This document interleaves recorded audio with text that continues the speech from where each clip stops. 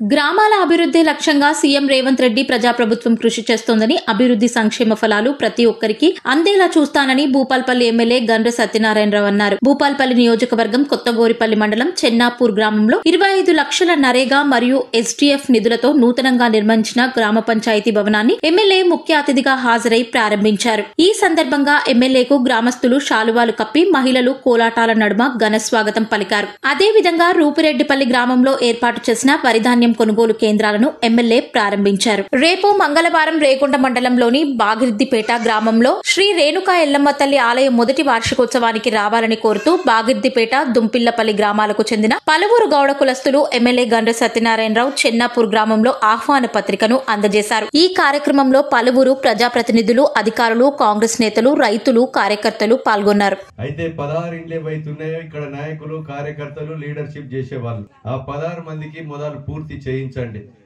ఒక్కడి కూడా పూర్తి కాలేదు. గృహ ప్రవేశం అయితేనే పూర్తి అయినట్టు లెక్క. ₹1 లంచం లేకుండా బేస్మెంట్ కాగానే ₹1,00,000, స్లాబ్ పూర్తిస్తే 3 లక్షల రూపాయలు, 4 లక్షలు ఇస్తున్నాం. పూర్తి అయితే మరో 1 లక్ష ఇస్తున్నాం. కనుక దయచేసి ఇండ్లను పూర్తి చేయవలసిందిగా మీకు ఈ సందర్భంగా నేను తెలియజేస్తున్నాను. కనుక ఇంకా మీ కట్టు కాలువ ఏదైతే ఉన్నదో ఇరిగేషన్ అధికారులకు ఈ రోజే చెప్తా.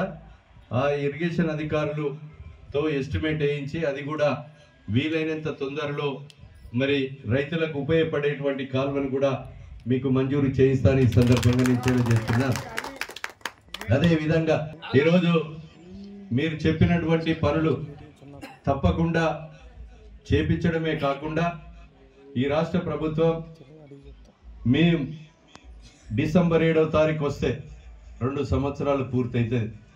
మేము ఈ 2 సంవత్సరాల్లో ఏం చేసినామనేది ప్రజలకు తెలవాలి. మీ అందరి ఆశీర్వాదంతో నన్ను ఎమ్మెల్యేగా మంచి మెజార్టీతో గెలిపించారు. కానీ గెలిపించినటువంటి ఈ యొక్క సహకారంతో నేను ఈరోజు